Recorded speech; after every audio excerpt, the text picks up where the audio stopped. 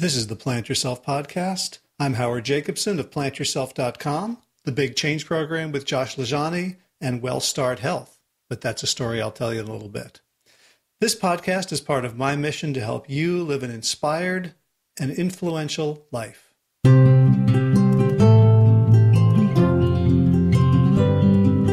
today's guest is Dr. Tali Sharot. She is an associate professor of cognitive neuroscience at University College London, and she is director of the Affective Brain Lab. Affective with an A, as in emotions and motivation. Brain, as in the 3-pound lump in your skull.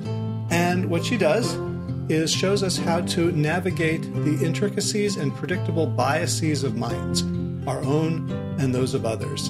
And I was browsing in Barnes & Noble and I saw a new book called The Influential Mind, What the Brain Reveals About Our Power to Change Others. And when I saw that title, I knew I had to discover what she knows about influence, how we can do it well and how we can often screw it up. And I wasn't disappointed because I have read so many books on persuasion and influence, and few of them are really scientifically rigorous and practical. And so I was delighted when Dr. Sharot agreed to talk about her insights and recommendations on the podcast. And the Atlantic Ocean, which is often very obstreperous when it comes to facilitating Skype calls, cooperated beautifully. So we were able to achieve what us professional podcasters refer to as darn good audio quality. My aspiration for this interview is that it can serve as a field guide for those of us who are out in the world trying to change people's hearts and minds, trying to get them to do things differently, better, and how we can be effective as opposed to just merely right. So without further ado, Tali Sharot, welcome to the Plant Yourself podcast. Thank you for having me. It's really great to be talking to you. I've just been reading and rereading your wonderful book, The Influential Mind, What the Brain Reveals About Our Power to Change Others. And I'd love to start by just asking you, what got you interested in this topic? Because I know your previous work was on optimism. And I'm always curious about sort of, the intellectual journey of someone who does really great groundbreaking work. What led you to be interested in this in the first place? The book is about how we form beliefs and how we make decisions and how emotion changes those beliefs and those decisions. And that's really what I study. The idea of looking at that and then asking, well, what can we do with that in terms of changing behaviors and beliefs in others, and also understanding how others change our behavior and beliefs, I think comes just from everyday interactions. This is something that we encounter in our lives every day. Speaking, if I think about myself, speaking and interacting with my family, with my colleagues, with my students. So the science is just a science that I've been doing, my lab has been doing for many, many years. And it's just kind of the application that may be a bit new. I see. So what got you interested in this, in the general topic of beliefs and decisions in the first place? It started, I did my PhD on emotional memories, so how we remember emotional events in our past. That led to how we imagine emotional events in our future. That then led to the discovery of a few findings that led to the optimism bias. And the optimism bias is related to how we think about the future and how we make decisions. And so for making decisions to beliefs, they're all kind of connected. So, it doesn't really boil down to one specific thing. Right. Now, a lot of your work is sort of rooted, I think, and correct me if I'm wrong, in sort of behavioral economics and sort of this renegade understanding of the human mind as something that's not rational and reliable. So, so the work of Danny Kahneman and Amos Tversky and others who followed in their footsteps. Would you agree that your work sort of informed and part of that exploration? Yeah, absolutely. My work brings together psychology, economics, and neuroscience. And it's, the type of questions that I ask are very much related to the type of question that people ask in the field of behavioral economics, including Daniel Kahneman and others. I did my undergraduate degree in both psychology and economics, and then I did my PhD in neuroscience and psychology. So it's really kind of a mix of all of these things together. Because one of the things I was getting from reading your book, and it wasn't as bad as it might have been if I hadn't already, read Danny Kahneman's book and Dan Ariely's book and Thaler and Sunstein's book. But basically, I'm horrified by what the research tells me about the unreliability of my own mind and my own brain and my own decision-making process. And I'm wondering, did you, when you started on this path, was there a moment where you had that sort of epiphany that, boy, humans are not as smart or as self-aware as we think we are, and we really need to understand the levers and the mechanisms that are yanking our chains? Or did you sort of take that in stride? I think it was a little bit of the other way around. So the science and the research just validated what I saw around me throughout my life. So I think I was always aware that what we believe and what we see is not actually what is necessarily true. You definitely see it in other people, but I think I was also able to see it in myself. So that is something that was always very apparent to me. And from that to actually be able to show it in experiments where you really control for many variables in a scientific manner, that was very exciting. That's really interesting, because that I don't know if that's typical for someone to sort of see through the veil to the fact that we are unreliable. The first study that you talk about that had me sort of squirming was the skin rash gun control study. Mm-hmm. Yeah, right? So the study from Yale University. Yeah, can you talk about that and what that means for what we should take away from that? So that's a study by Dan Kahan from Yale University, and what they showed is that people with better math skills are actually more likely to twist data at will to make it fit with what they want to believe. So what they did, the first thing they did is they asked 1,000 Americans to complete some math tests, and based on that test, they divided them into those with very good math and analytical skills and those with not so good math and analytical skills. Then they gave them two sets of data. The first data set, they said, is looking at whether skin treatment is helping skin rashes. And so they said, please look at the data, analyze the data, and tell us whether the skin treatment is helping with rashes. And so, unsurprisingly, those with better math skills did better at this test. Then they gave them another set of data, and they told them this set of data is looking at whether gun control laws are reducing crime. Look at the data, analyze the data, and tell us whether gun control laws are reducing crime. Now, of course, the difference here is that people had very strong opinions about gun control. And it turned out that those strong emotional opinions that they had interfered with their ability to analyze the data accurately. And in fact, those with better math skills did worse. So it seemed that people were using their skills not necessarily to reach the most accurate conclusions, but rather to twist data and use their skills to get the results that they want and to find fault with the data that they were unhappy with. Right. And that should worry us, I think, because we tend in our society, well, at least until recently, to sort of defer to experts. And so if we're trying to figure out, as my audience is very interested in, what's the best way to eat, what are the things we know that can make us healthy, and you have a scientist, a researcher who has an opinion, and however they came to that opinion, whether it was by a single study or a previous bias, or they like a certain type of food, that we kind of think that, well, but they're a serious researcher, they're good at statistics, they know how to do regression analysis and create the right power tables. We assume that's going to help correct for it. But you say this study actually suggests that the better they are at data, the more they're going to twist it to support their preconception. Right. So, if you think about the scientific community, there's, I guess, good news and bad news. The bad news is exactly what you say, which is, as a scientist, you have very strong hypotheses, and you're motivated to believe them. If I have a theory, let's say the optimism bias, right? I'm then motivated to find data to support that theory. And so that's kind of the bad news, that we have the skills, but also we have the strong opinions. Now, the good news is that it's not that scientists are not aware of that. And as an institution, we do put some barriers and rules to help us out with this problem.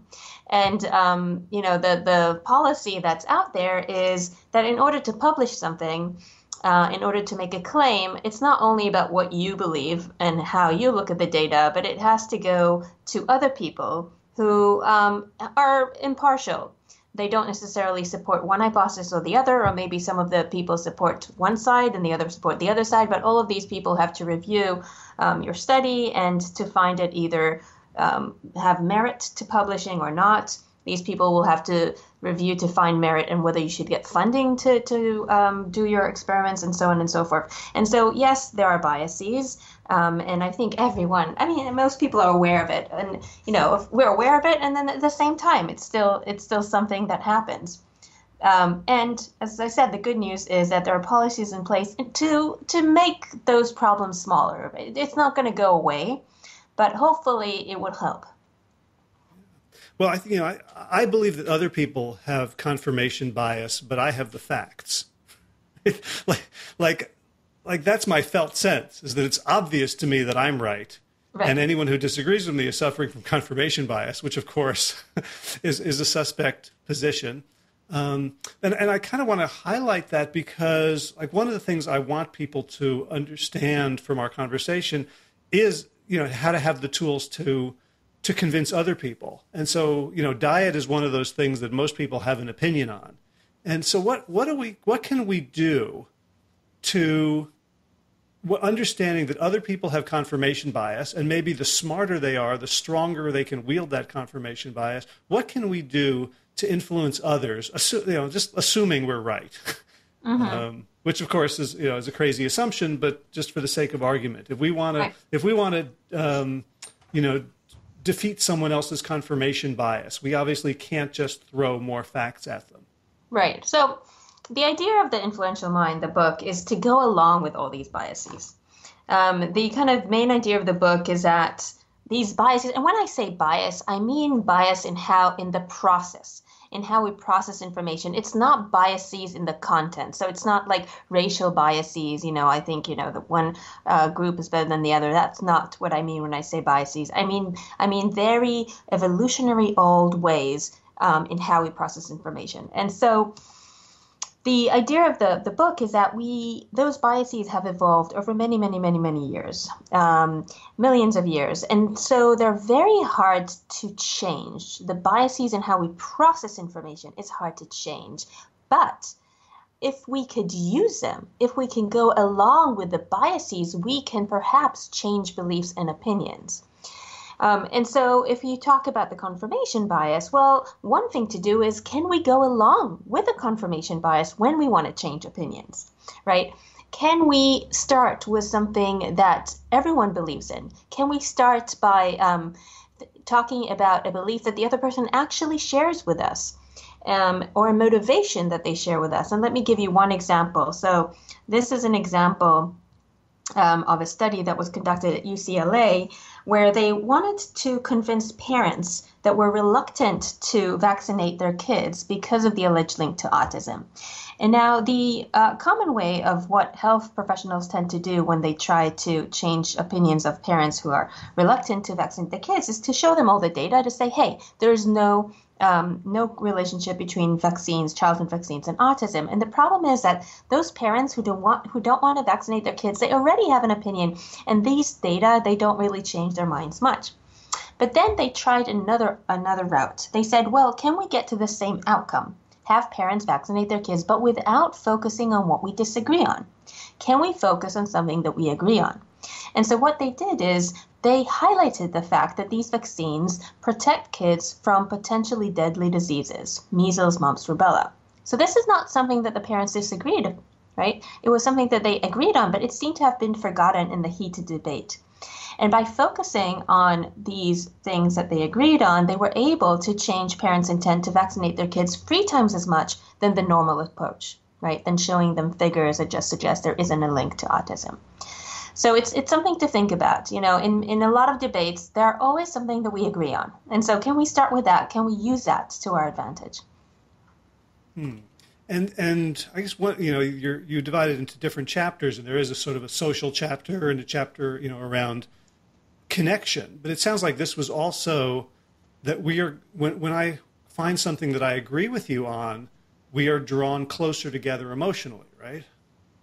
Yes, we're not true. Just butting heads. Right. I mean, if I feel that someone is like me in opinion or any other way, well, I tend to like them more, for sure. I tend to listen more. We had a study where we actually recorded the brain activity of pairs of individuals who made decisions together. So we had two people come into the lab. We recorded their brain activity in two separate MRI machines, but while they were interacting with each other over the Wi-Fi. And what we found was that when the two people agreed, they were making decisions, financial decisions, they were assessing real estate. That doesn't really matter. When they agreed, each person's brain showed precise activity encoding the opinion of the other person, right? They were really attending to the other person's opinion, taking it in. But when they disagreed, we could not really find a brain activity that showed that they were listening. It was if the brain was kind of shutting down, so to speak, metaphorically speaking. So yes, when the other person is agreeing with us, we're more open to what they're saying. And so we're more likely to take in the little details that they're conveying to us. And as you say, we're more likely to like people who are similar to us. And that's, you talk about sort of the evolutionary rationale for some of these. This one sounds really crazy to me, that we would have a brain that automatically by default wants to discard anything that doesn't already agree with what we believe. Can you just sort of help me understand why we would be that way? Right. So actually, almost all of these biases in how we process information are for a very good reason. They're optimal on average. And so if we take the confirmation bias as an example, well, imagine that I told you that I saw a pink elephant flying in the sky. Well, you would then assume that I'm delusional or I'm lying, right? As you should. Because on average, when we encounter a piece of evidence that conflicts with a belief that we hold strongly, in this case, the belief that elephants don't fly in the sky, that piece of evidence is usually wrong. So usually when you find a piece of evidence that contradicts a strongly held belief, that piece of evidence is wrong. Now, it's not always the case, but it's more often true than not true. And that's why our brain has evolved to take in information that is closer to what we already believe. So when a piece of evidence is quite far away from a strongly held belief, it's less likely to change it. And that's not an irrational way to change beliefs, but it also means that strongly held beliefs are very difficult to change even when they are false. Now, I guess our brains haven't evolved over millions of years to deal with statistics and abstractions, right? If you and I were arguing 30,000 years ago, we'd probably be arguing about like a rock or a bush or a stick or a herd of animals, right? Not a nutritional protocol. Right, and then that kind of that brings to light a whole different problem, and not the problem that we have with like understanding statistics and understanding numbers and so on and so forth. And that's right. We tend to form our beliefs based on our experiences, and that is much stronger for us than just statistics. So if we know someone, for example, that I start the book with actually a debate that's very similar to this, a debate between Trump and Ben Carson. And they were actually arguing about whether autism caused vaccines. And this was in the Republican debate. And Ben Carson was trying to convince Trump and the viewers that there isn't a link. And he was trying to convince the viewers by saying, well, there's a lot of studies, and all these studies show quite clearly that there isn't a link, and there's statistics to support this, and so on and so forth. So he was kind of trying to connect with our cerebral part, right, to give us statistics. And then Trump, on the other hand, said, hey, look, I know someone, my employee, who had a little baby, and the baby went to get a vaccine, And after he got the vaccine, he became very, very ill, and eventually he had autism. So he was giving an example, right, that he knew from real life. And those examples tend to change our beliefs more than just numbers and statistics on average, right? Automatically, it tends to change our belief more. We really need to kind of stop ourselves and say, hey, look, this is just one example. What we call in science, this is an N of one. You know, this is one person, right? Versus millions, thousands of other people. But if you know someone and if you have examples from your own life, that's very powerful. And it's also powerful in changing other people's mind. A story of a person, of an incident, tends to be more powerful than just numbers. Right. I guess our brains have evolved to understand, to speak in story rather than numbers.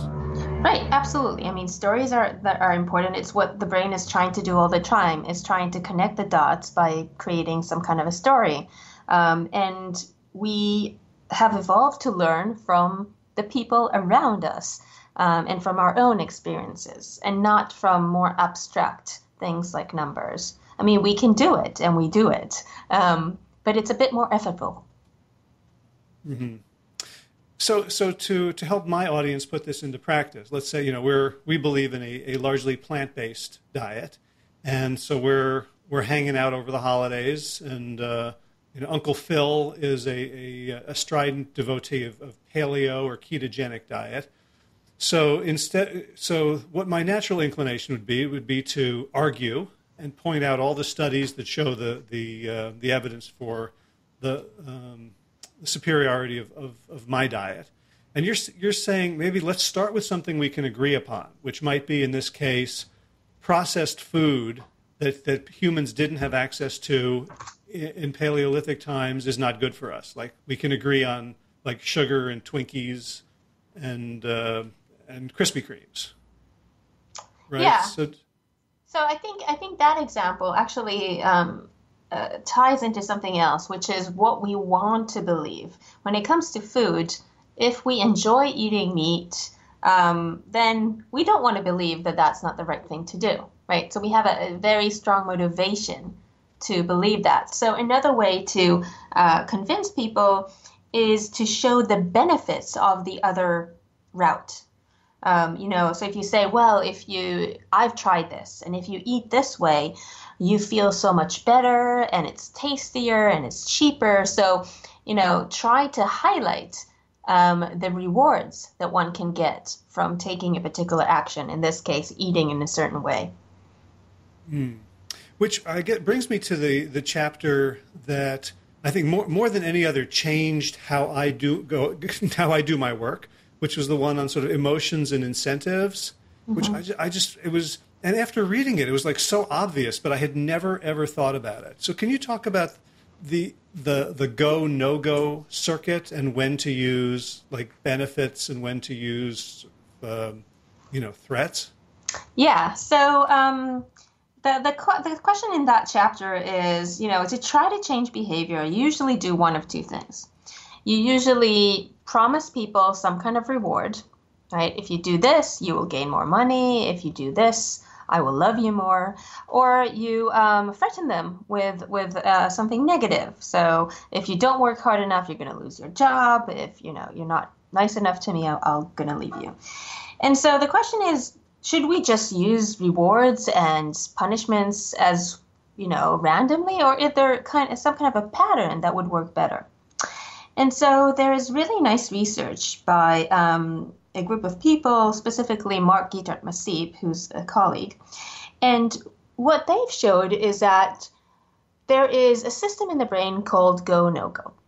Now think about it like this. To get the good stuff in life, whether it is a chocolate cake or promotion or love, we usually need to act. We need to do something in order to get the good stuff, right? Put our hand out in order to get that chocolate. And often, to avoid the bad stuff in life, we normally need to not do anything. We need to just stay where we are, not approach. So for example, to avoid poison or deep waters or untrustworthy people, we usually need to just not act, stay away, right?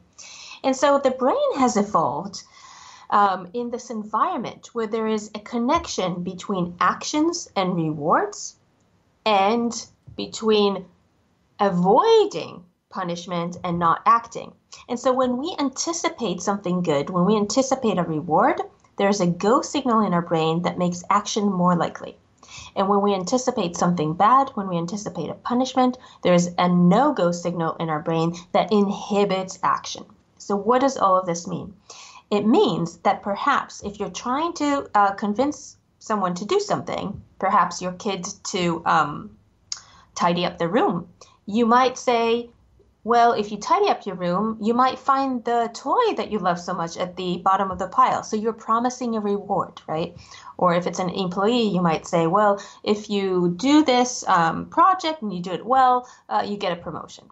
But when you're trying to convince someone not to do something, your child not to eat the cookie, you might actually prevent them by threatening with a punishment. So if you eat the cookie, then you don't get to play a game, for example. Or your employee, you might say, well, you don't want them to share privileged information, right? You want them not to act, not to speak, then a punishment may be the correct approach. So you say, well, if you share privileged information, there will be a punishment, right?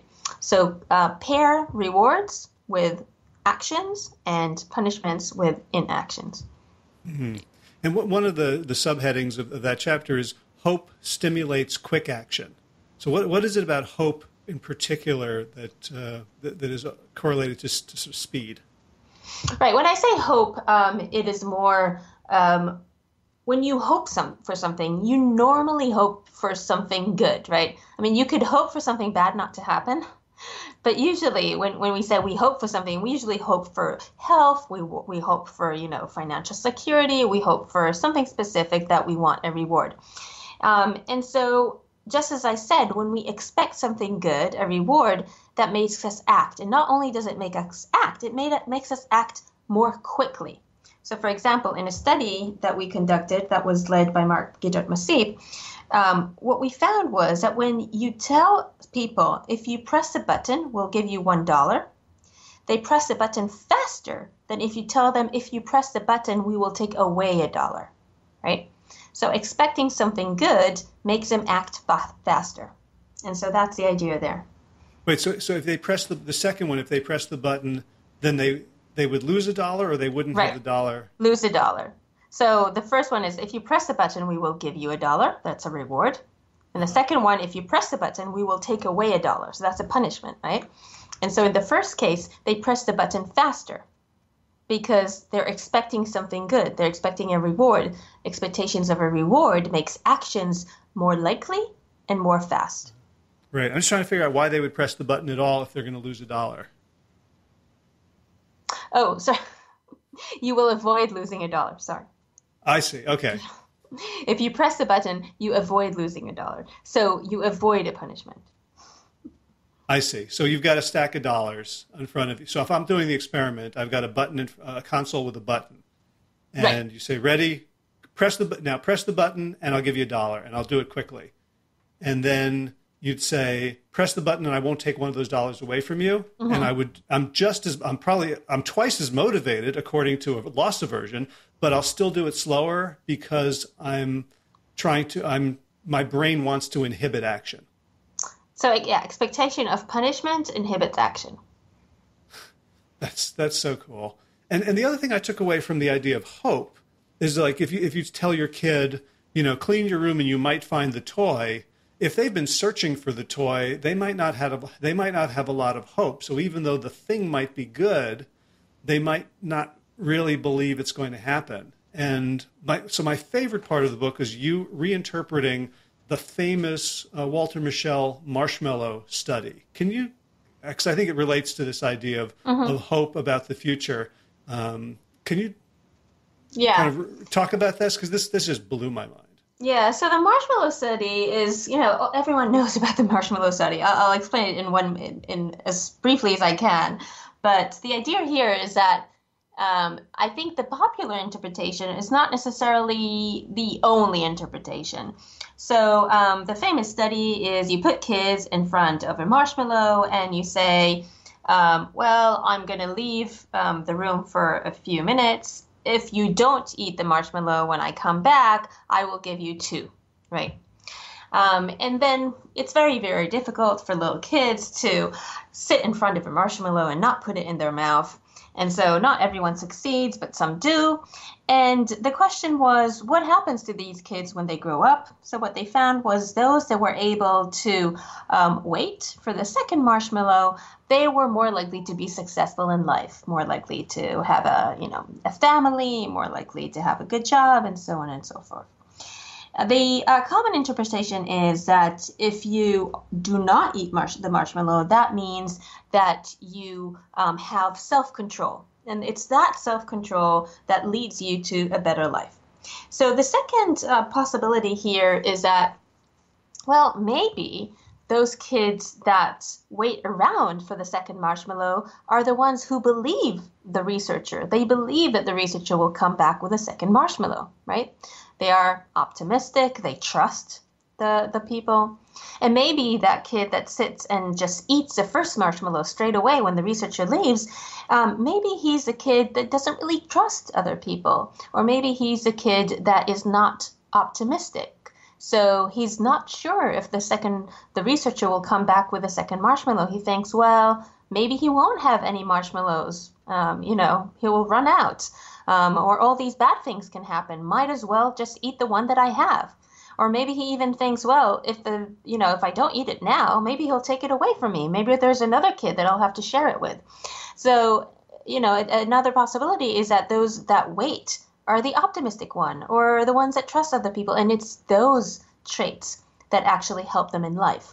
And we know that both optimism and being relatively trusting of other people is something that's helpful in how we lead our life in success, both professionally and privately. Yeah, and so if I'm trying to convince someone to adopt my lifestyle so they can be healthier, the more sort of I live it, right, the more actual brain proof I'm giving them rather than like the studies and the statistics. If they see me sort of radiantly healthy or able to run 5Ks now faster than I did in my 20s, right? There's something about walking the talk that can give people hope that would make it more likely for them to change. That was related to another study with kids. Maybe you kind of got I'm not sure if the two studies are mixed kind of in your mind. But the other study was a very, very classic study where kids watch an adult hitting a doll, right, acting violently.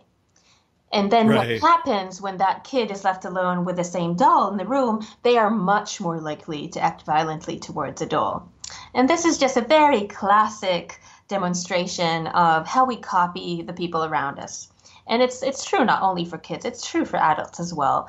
We copy what people think, what choices they make, even choices like what you decide to eat. If you eat a sandwich, I'm more likely to eat a sandwich if I'm nearby you. If you are feeling a certain feeling, you're, let's say, happy, I'm more likely to feel happy. So we're very much affected from the people around us. Much, much more than what we realize. But I think what we need to realize as well is that we are affecting those around us. We are affecting everyone from our family to our colleagues to just strangers on the subway. Any choices that we make when it's observed by others is more likely to change their own choices. And now this is always true, but it's very much true in our days because nowadays you go online and you see ratings of other people all the time. And you see those ratings before you make your own decisions, right? So if you're deciding what to buy on Amazon or you're deciding which movie to watch, we almost always go and look at ratings.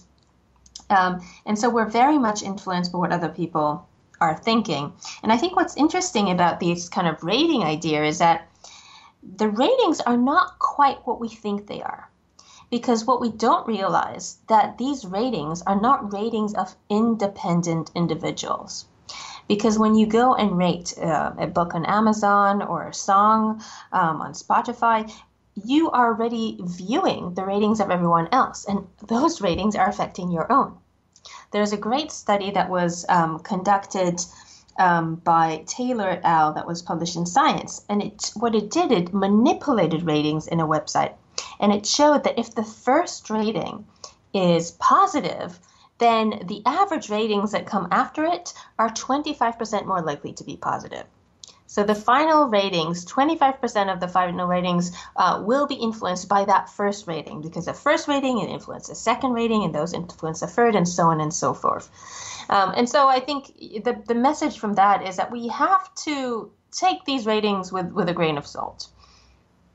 Right. And also, if you've written a book on Amazon, ask your friends to rate it before your critics. Absolutely, absolutely. And you see these really interesting things where you have, great reviews are followed with great reviews, then you have one bad, and then suddenly that's followed with like 2 or 3 bad ones. So it's really interesting. Right. And it speaks to, one of the things that I think is most powerful if we're trying to get people to adopt our lifestyle is like, I can give people a dozen books that to me are brilliant, but it can't compare to bringing someone to an event. So the same people who wrote the books are now going to give a talk. You'd think, why can't I just read the book or watch their YouTube talk? But you hang out with a bunch of people who have all, a bunch of them who then get up and tell their own testimonial transformation story. I was sick and miserable and crippled, and then I did this, and now look at me. And, there's a power to that I think goes far beyond the specifics of the content. Yeah, it probably sticks in our mind more, When we hear a talk, for example, there's the verbal, but there's also the visual, and there's the time and place where we are. And I think that helps us encode the information more so than perhaps just a book. And of course, I love books, but I think that's one reason why we may remember more from watching other people and watching speeches, for example, than just a written word, maybe. So I want to cover one more topic, at least, depending on how much time you have. And this is the idea of agency. And you wrote at the beginning of chapter 4, so on page 79. I just want to read these 2 sentences because it's some of the best writing on health and psychology I've ever read. And you start out by saying, imagine a world where fear is rational. In this world, people would scream at the top of their lungs at the mere sight of a cigarette. A heavy cream phobia and fear of red meat would be commonplace, and panic would creep up and down your spine as soon as you entered a moving vehicle.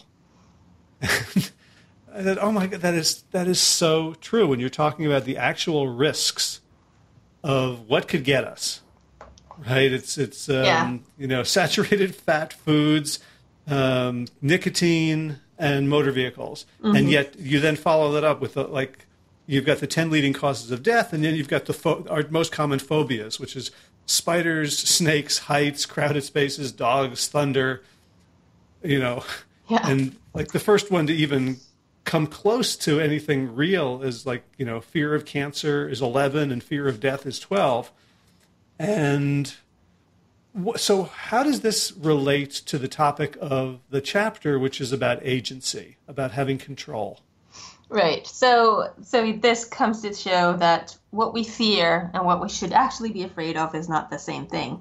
And one reason, not the only, but one reason that there's this difference from what we are actually afraid of and what we should be afraid of is things that we can control versus things that we cannot control. And really one of our great fears is not having control, not having agency. The idea that we cannot control our own lives, our own movement is something that's very, very scary and causes great anxiety. And so anything that makes us feel like this control is restricted are things that we are afraid of. And I think one great example is flying. So a lot of people get anxious on a plane and the idea of flying. And yes, we're partially perhaps afraid because of these kind of vivid images of planes crashing and so on. But I think a lot of people realize that one of the main reasons that we're anxious of flying is that we have no control once we are in the air. Once we're in the air, we cannot control what the plane is doing. We cannot control, we can't get out if we want to. We're stuck there. We can't even we don't have many decisions on what we're going to eat or anything that we're doing. And that's one reason that people really don't like flying. And on the other hand, most people have no problem with driving as long as they're in the driving seat, and of course, driving is much, much more dangerous. And I mean, we see many images of car accidents and so on, but yet it's not something that we're afraid of because we feel we are in control. If we're in control, it's going to be okay. And then I give many other examples. We're not so scared of medicating ourselves, but medicating ourselves is one of the things that we should be scared of, but we're not because it gives us a sense of control, right? So things that we feel we do have control on makes us feel confident and less anxious, and things that we don't have control on of more anxious.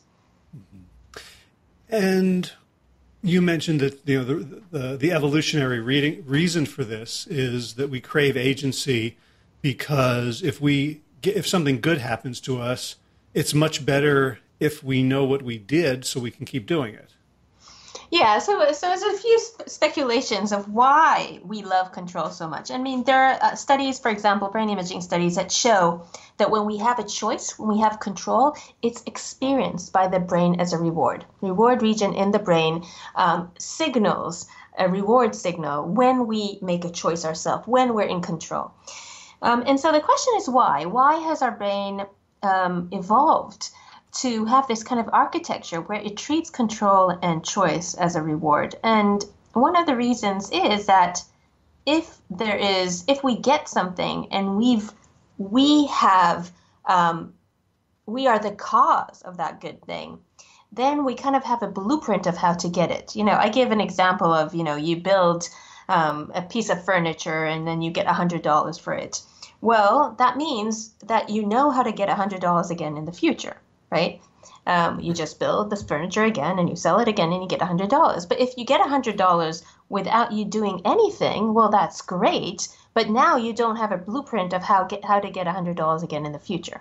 Right? So when we have control, when we are our agent of the outcome, then we are able to create that outcome again if it's a reward, or to avoid the outcome.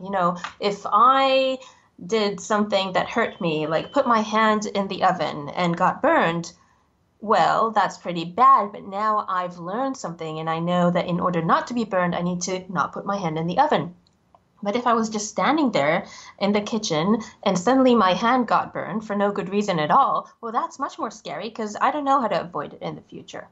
Right. And I guess that's those utterly horrible learned helplessness studies with the dogs. Right. Yes, absolutely. The kind of Martin Seligman studies that show that really the worst thing that can happen to us, one of the worst things, is that we feel we have no control and bad things happen to us and we can't control it. And when that happens, or at least we have a perception of that, that can cause depression and anxiety. Right. So I have a couple of questions about that. First is if making choices, the ability to choose, is experienced by the brain as a reward, is the taking away of control experienced by the brain as a punishment, or is it sort of neutral? Right, correct. Yeah, taking away control, having a sense that you don't have agency, that's experienced as a punishment. Okay. So I think this is really important as we try to convince other people, because one of the things you point out is if we want to have influence over other people, to some extent it's a dance, right? We're trying to influence them and maybe control them a little bit. Mm-hmm. What are some strategies that we can use when we're trying to change other people's beliefs, opinions, behaviors to leverage their desire for control and not make them, not have a backlash against us? Mm-hmm. Yeah, right. So there's a really tight relationship between influence and control. When we influence, we are in some ways trying to control others. But the ironic thing is that people don't like the feeling that someone is influencing them, partially because they don't like the idea that they are not in control. And so really, in order to influence, we need to give others a sense of control. We need to give others a greater sense of agency, a greater sense that they have a choice. Thinking about kids, it becomes really apparent. So anyone who has kids knows that kids always want to make their own choices, right? Especially the young ones, but also teenagers. They want to press a button in the elevator. They want to tie their own shoes. They want to choose what they're going to wear. They're going to choose what they eat. It's obsessive desire for having control, for making a choice. And so, for example, instead of telling your kid, well, you have to eat this salad, you may say, oh, do you want to create your own salad? Here, what do you want to put in it? Cut it up, put it together. Then they're more likely to eat it. Or give them a choice between two different things. Do you want to wear this thing or that thing?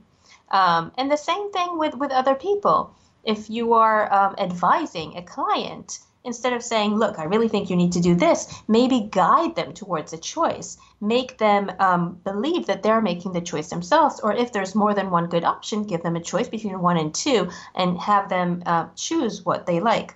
And I think there's a few caveats here. So sometimes people don't like making a choice, but what they still want to do is they want to have a choice on whether they're going to make the choice or not. So if you think about, a very kind of vivid example is sometimes we want the doctor to make a choice for us because we realize that we don't have enough knowledge. We also maybe some don't want to make a huge choice that we will regret. But what we still want to do, we want to tell the doctor, hey, you make the choice for me, right? So it's still a choice. You still feel in control. You still feel agency. It's when that is taken away from you completely. Let's say you're in the hospital and the doctors are just making the choices for you without explaining, without giving you any opportunity for input to say, do you want to do something differently or not? That's when anxiety really, really comes in. And the other kind of caveat here is that we also don't like too many choices because then we just become overwhelmed. Okay. So it's something important to remember in psychology that behavior, human mind and human behavior is very nuanced. It's not like physics. It's not just there's a rule of gravity that's always correct in every situation. There are many, many, many rules that govern the mind, and the rules are flexible. It matters what context you are in, who the person is, and many other things. So sometimes people really want to have this kind of clear-cut, always do this or always do that, but that's not quite the truth. Right. And so in this case, I think we can use this idea of control and agency by telling people, especially around their health, that if you eat right and exercise and do all the other things, like that's all in your control, as opposed to going down this medical chute. Like I think people are shocked when they read the sources that you shared in the book about over medication and over treatment, and that probably mammography is not such a great idea for most people, and prostate exams tend to find more, like all that stuff. Like once you get your diagnosis, you're pretty much in the system, and there's a whole series of protocols that doctors are really going to push upon you, partly because they believe in them and partly because they've heard of colleagues who were sued for not doing them. And so to kind of tell the story about before that all happens, you can create pretty much your own health destiny through your own actions. Feels like it would be a pretty compelling argument. Yeah, we can absolutely influence our own health with our behavior. I mean, behavior is one of the strongest predictors of our health, for sure. Now, sometimes things are going to happen regardless. You can be the best, person who eats right and whatever, and still bad things physically will happen. But yes, indeed, our behavior is really, really important. And I think there's not enough emphasis on this in, for example, government funding. We put all this money into finding the medication and developing, and that's really, really important. But if people are just going to smoke, or they're not going to take the medication when they're supposed to, or they're really going to eat unhealthily and not exercise, well, that's just going to have really bad outcomes. And I think there should be more emphasis on changing our behaviors, because by changing our behaviors, we will be able to create much healthier societies. And there should kind of be a shift to put a little bit more emphasis on that. Because, I Right. mean, it's not easy. It's not easy to change your behavior, right? So there should be research on what's the best way to do it. How can we help people change their behaviors?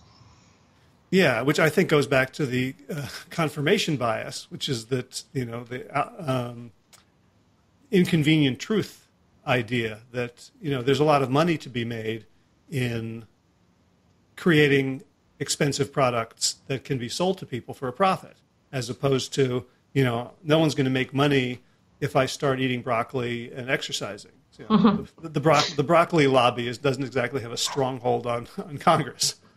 Well, maybe, I mean, that's an interesting point. Maybe we could think of ways where people can make money out of it. I'm working on it. I'll let you know. I'll let you know if I figure it out.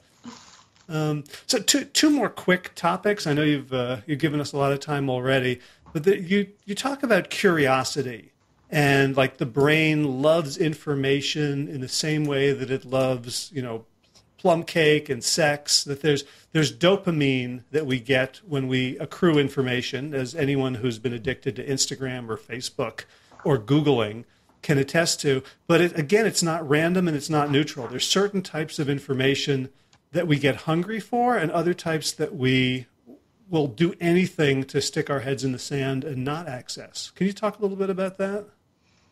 So one of the things we find is that people prefer information that suggests good outcomes, right? And people tend to want to avoid information that suggests bad outcomes. And this is one of the reasons that people don't go to medical screenings. They don't want to know the bad news.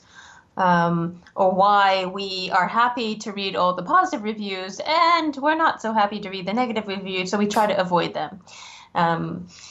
So when we look at the brain, we find that the brain treats knowledge about the good stuff as if it is a reward, just like food or water. And it treats knowledge about the bad stuff as something to be avoided, just like electric shocks, for example.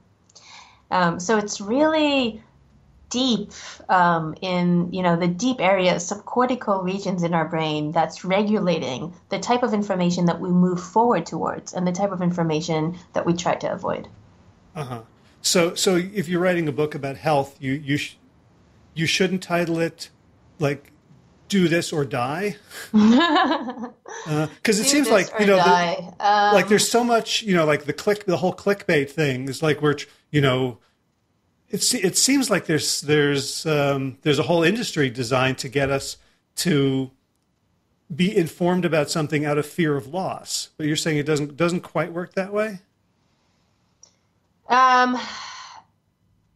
Well, I mean, the question is whether you could have the same title that suggests something good, do this and flourish. Will that get you more clicks or more? So it's important to remember that this is one aspect. So one aspect is I want to learn about the good stuff. The other aspect is I want to learn about stuff that I've never known about before. And the third thing is I want to learn about stuff that is helpful. So these are the three most important things when we are deciding what we want to know, what we don't want to know. So again, we want to know about the good stuff versus bad stuff, but we also want to know about things that are helpful versus less helpful. So if there's something extremely helpful, even if it's negative, that has value in and of itself. So I kind of talk it in the book as it's, a calculator, as if we have a calculator in our brain and it's putting in these different values. It's putting a value for, is this good or bad? It's putting a value in for, is this useful or not? And it's putting a value for, is this new and surprising or not, right? And so you could imagine that while I'll get a low score on good, bad, I will get a pretty high score on useful, right? So all these things matter. So it's not just one thing. I mean, we do, and so, but still, so you can see a lot of people would go to medical screenings, right? Because it's useful. But some people, for them, the score for I really don't want to know the bad stuff is so high that they don't go to medical screenings, although it's useful. Mm-hmm. So if you can get something that's both good, useful, and surprising, that's the best. Gotcha. So if you want to promote your medical screening or something, you could say, this is brand new. We've just discovered this new biomarker. Right. That could, ensure that you live a long, healthy life or something of that God, sort. that's really useful. So, good, surprising, and helpful. Mm-hmm. Now, is that kind of our universal brain functioning? Because I can think of a lot of people who it seems like are really drawn to the negative. Like I feel that in myself a little bit. Like if I see two headlines and one of them tells me that the world's going to end tomorrow, I take a sort of pleasure in like miserable information. Is that common or? Yeah, so there's a few different questions. First, it does matter. I have a whole chapter on what kind of state you are in, and once you're in different states, different things matter, and I'll tell you about that in a second. But the other thing to say is that you probably don't believe that tomorrow the world will end, so it's more just kind of entertainment, right? And the third thing to say is that when I mentioned we want good information versus bad information, it's mostly good information with regards to ourselves. So if it's if it's bad information about someone else, that's fine. We don't necessarily try to avoid that. Okay, I see. It's about ourselves, the bad information that we try to avoid. But yes, so there's I have a chapter in the book that's called State, and that chapter says everything that I've told you actually changes in different states. So for example, when you're under stress, that really changes the way that we process information. Under stress, we want more information, and we're more likely to believe and take into account the negative information when we're under stress. And so that also explains why, if someone is depressed or extremely anxious, they're also more drawn to negative information. So it kind of becomes, and this is one of the quotes that I wrote down, and I'm thinking about tattooing somewhere where I could access it under professional circumstances. Under threat, we automatically absorb cues about danger. Mm-hmm. Yeah. And that's very adaptive. If we're living in an environment that's very dangerous, think about our ancestors. There's a lot of predators around. So if you're living in that kind of environment with lots of dangers, well, it's really important to be able to be hypervigilant to any kind of negative cues around. Right, which speaks to if I'm trying to influence somebody else and I'm trying to tell them about how great I'm feeling, and I'm having an argument with them, then I'm putting them in a state where they can't take in the positive. Right. Yes, absolutely. That's true. Mm-hmm. And I guess if I'm depressed, or if someone's depressed and they're seeking out information that is likely to stress them out, then are there interventions that we can do for ourselves and for others if we see someone in kind of this state of stress with the vicious cycle of looking for information that's going to validate and intensify the stress? So I mean, it's trying to change their state, right? And the question is, can you do that with, for example, humor? Can you do it with one thing? And I think there's a little bit about this in this book, is about the power of anticipation. And there's a lot about it in the optimism bias as well. That one of the things that matter most for a state is whether we're anticipating something good or dreading something bad. So if we can create something good that people can anticipate, that can help with our current mental state. So if someone is very stressed out, but you organize something fun for them to do that weekend, or a nice holiday or something, that could ease the stress. Mm-hmm. So that's like the story you tell about the two men who are in their bedrooms, and one of them's in a miserable prison cell and he's thrilled, and the other one's in a comfortable bedroom at home and he's miserable because the next day they're going to trade places. Right, exactly. Yeah.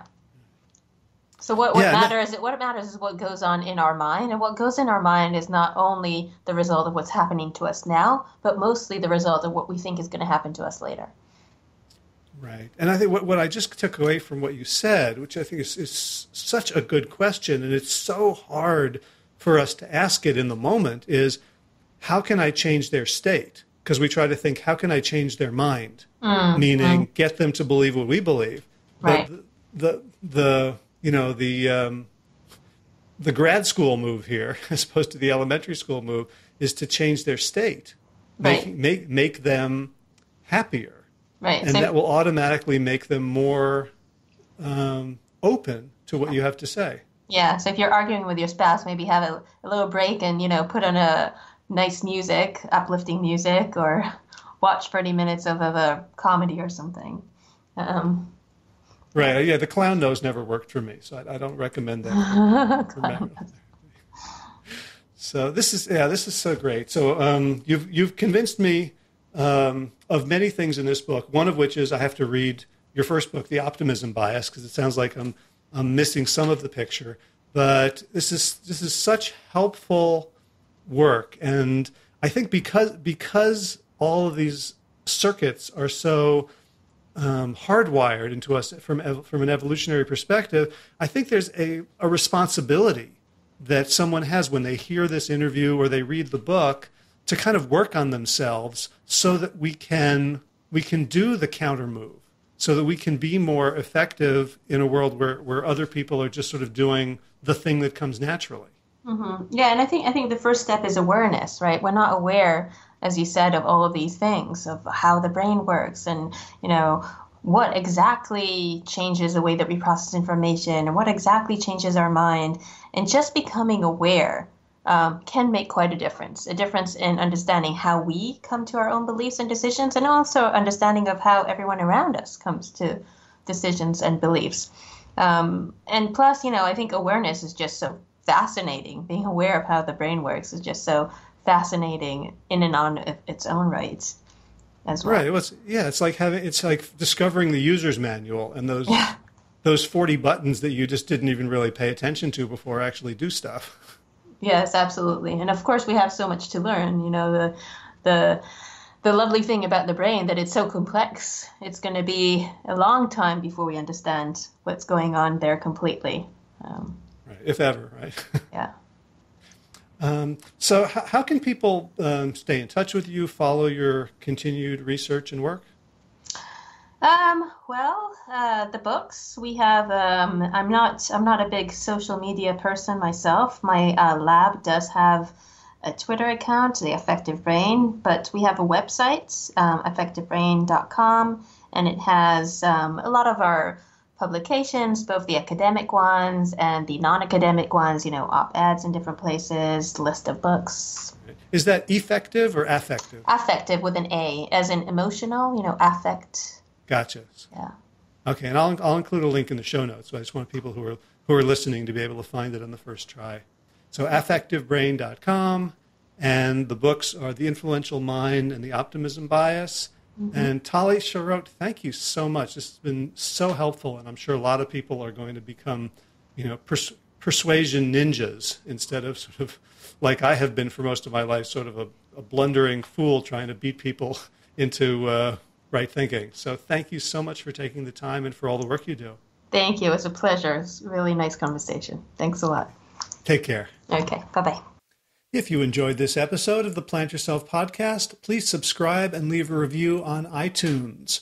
For more information about the Big Change Program, led by me and Josh Lajani, visit bigchangeprogram.com. And be sure to check out the show notes for today's episode with lots of links at plantyourself.com/253. If you're new to the show, you can catch up on 252 archived episodes over at plantyourself.com, where you can also get the email newsletter that goes out whenever I remember to send it. I mentioned WellStart Health at the beginning. If you are a longtime podcast listener, you may recall an interview that I did with Olivia Kelly, who is the CEO of WellStart Health. Well, we've stayed in touch. We've collaborated. We've talked a lot. And Josh Lajani and I have decided to join as co-founders, along with Olivia and Chief Medical Officer Bojana Jankovic. And we're going to be bringing the message of big change and the message of plant-based health to a much larger audience than we can just reach through the Big Change program. So we'll be bringing evidence-based telemedicine to organizations, to corporations, to municipalities. And our goal is to prevent and reverse chronic disease by getting millions of people to shift their lifestyles to one that's more plant-based, more movement-based, and one that empowers them to become better versions of themselves. So this is all very new, very exciting. The podcast will remain as it is. And if you're listening and you would like to talk about bringing the WellStart program to your organization to help other people be more like you and to be healthier and to save the company money and to increase productivity and morale and yada, yada, yada, give me a shout at hj@plantyourself.com and we will have a chat. In garden news, we've had a real good week of rain, so I think the ground, as soon as it warms up sufficiently, will be ready for some early planting, and certainly we can get the greenhouse rolling. In running news, there's not much running news. I did 8 miles with Gio on Saturday and not feeling great in my back, so I'm going to take Josh's advice and work on things like VersaClimber and elliptical and walking on the treadmill at an incline, so I have to go find a gym again because the pounding is not helping me heal, and I really want to do a good job in the marathon coming up in, a little over a month. So it's time for the thanks. First of all, thanks as always to Will Ridenauer, Cora player, whose music, the Dance of Peace of Ali Don, is the theme music for the show. If you like it, check out his other stuff at willridenauer.com. Make a purchase. Make him happy that he allowed me to use this without me paying him anything. And, of course, thanks to all you Plant Yourself podcast patrons, as in Kim Harrison, Lynn McClellan, Anthony Disson, Brittany Porter, Dominic Mara, Barbara Whitney, Tammy Black, Amy Good, Amanda Hatherley, Mary Jane Wheeler, Ellen Kennelly, Melissa Cobb, Rachel Behrens, Christine Nielsen, Tina Scharf, Tina Ahern, Jen Volkanovsky, David Bizek, The Mysterious Michelle X, Elspeth Feldwick, Victoria Dolomanova, Leah Stoller, Alan Christensen, Colleen Peck, Michelle Andrew, Josita, Julianne Roland, Stu Dolnick, Sarah Durkis, Ronald Circus, Kelly Cameron, Wayne Pedersen, Leanne Peterson, Janet Selby, Claire Adams, Tom Franzik, Jeanette Benham, Gil Lasser, David Donahue, Blair Seibert, Dorona Vizo, Gio and Carolyn Argentati, Jody Friesner, Ruth Ann Thunderbrook, Risha Rosen, Michael Warbeck, the equally mysterious Tracy Z, Alicia Lemus, Rebecca Hughes, Val Linneman, Rhymes with Cinnamon, Nick Harper, Stephanie Holmes, Martha Bergner, Nicole Ramsey, Susan Ahmad, Molly Levine, the inscrutable Harry R., Susan Laverty, the Panda Vegan, Craig Kovic, Adam Scharf, Karen Burry, Heather Morgan, Ashley Corcoran, Kelly Machia, Deanne Norton, Bonnie Lynch of Plant Happy Oregon, Sabine Kurzels, Nigel Davies, Marion Blum, Teresa Copel, Shell Rutlet, Julian Watkins, Breed O'Connell, Brian Sheridan, Shannon Hirschman, Kate Rolls, Linda Ayat, Julie Lang, Home Hedegaard, Isa Tuzian Wa, Connie Hainline, Erin Greer, Alicia Davis, Aviva Lael, Heather O'Connor, Carolyn Jensen, Sherry Wachowski of Plant Power for Health, Karen Smith, Scott Mirandi, Karen and Joe Crabtree, Tanya Lewis, Kirby Burton, and Teresa Carell. That was the best I've ever done it. For your generous support of the podcast, that's it for this week. As always, be well, my friends.